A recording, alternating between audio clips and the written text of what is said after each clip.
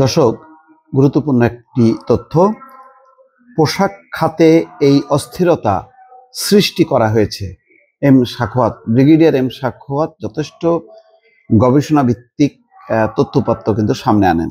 তিনি চট করে কোনো কথা বলেন না, তিনি যেটা বোঝেন সেটা বলেন এবং সেই বলার পেছনে যথেষ্ট যুক্তি থাকে, তথ্য থাকে। তো এই মানুষটি আজকে একটা নতুন বিষয় সামনে আনলেন, যেটি অত্যন্ত উদ্বেগ এবং উৎকণ্ঠার। সেটি হচ্ছে, তিনি বলছেন যে পোশাক খাতে এক ধরনের অস্থিরতা চলছে, বিশেষ করে তৈরি পোশাক খাতে এই অস্থিরতা সৃষ্টি করা হয়েছে। কারা করেছে? তিনি বলছেন পতিত সরকার এবং তাদের বন্ধু রাষ্ট্র জড়িত হয়ে কিছু সমস্যা তৈরি করছে, কিছু সমস্যা শ্রমিকরা না বুঝে করছে। অর্থাৎ পতিত সরকার, আওয়ামী লীগ আর বন্ধু রাষ্ট্র ভারত, তারা এই সমস্যাগুলো করছে, আর বাংলাদেশের শ্রমিকরা তাদের কিছু সমস্যা আছে, সেগুলো না বুঝে তারা সেই ফাঁদে পা দিচ্ছেন। এইটাই হচ্ছে মোদ্দা কথা। বুধবার ভোটার সচেতনতা ও নাগরিক সক্রিয়তা কার্যক্রম নিয়ে আয়োজিত নাগরিক উৎসবে এম সাখাওয়াত হোসেন এই কথা বলেন। তিনি বলছেন, শ্রমিকেরা সমস্যা তৈরি করছেন না, তাদের দিয়ে সমস্যা তৈরি করা হচ্ছে। এটি দুর্ভাগ্যজনক। যারা দেশের বাইরে থেকে অস্থিরতা তৈরির ইন্ধন দিচ্ছেন তাদের বিষয়ে সচেতন থাকতে হবে। অনুষ্ঠানে জাতীয় নির্বাচন নিয়েও কথা বলেন সাবেক এই নির্বাচন কমিশনার এম সাখাওয়াত। তিনি বলেন, এ পর্যন্ত 4টি জাতীয় নির্বাচন দেশে বিদেশে মোটামুটি গ্রহণযোগ্যতা পেয়েছে, 91 থেকে 2000 পর্যন্ত।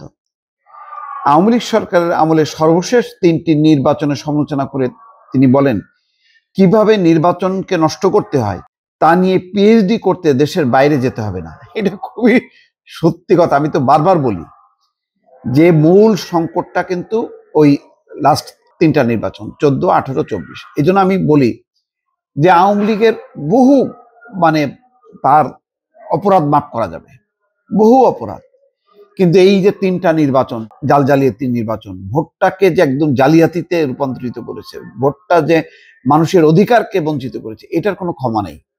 এবং এটার কারণেই আজকে এই সংকট, এই গণঅভ্যুত্থান, এই পরিস্থিতি, এই একেবারে নাই হয়ে যাওয়া আওয়ামী লীগের পেছনে মূল কারণ হচ্ছে তারা নির্বাচনের বাইরে নিয়ে গিয়েছিল দেশকে, যার কারণে এই পরিস্থিতি। দর্শক, এখন এই পরিস্থিতির থেকে উত্তরণ দরকার এবং এই 3টি নির্বাচন করে, জালিয়াতি নির্বাচন করে আওয়ামী লীগ যে মহা অপরাধ করেছে, এই অপরাধের যে রেমিডি কি, কবে এখান থেকে বের হয়ে আসবে এটা জানি না।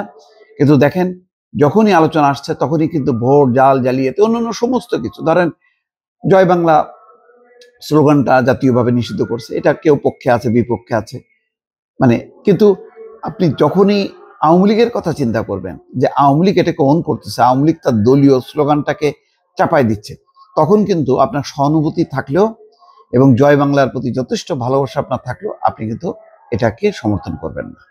কেননা যারা নির্বাচনটাকে একদম ধ্বংস করে ফেলছে, তাদের কাছে জয় বাংলার স্বাধীনতা, মুক্তিযুদ্ধ, সমস্ত নীতিকথা তো কোনো কিছুই মানায় না। কারণ সমস্ত নীতিকথার মূল হচ্ছে একটা গণতান্ত্রিক শাসন ব্যবস্থা, আর গণতান্ত্রিক শাসন ব্যবস্থার মূল হচ্ছে নির্বাচন, যে নির্বাচনটা ধ্বংস করেছে আওয়ামী লীগ।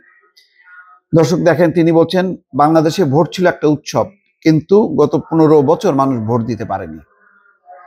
নির্বাচন তখনই গ্রহণযোগ্য হয় যখন তা অংশগ্রহণমূলক হয়।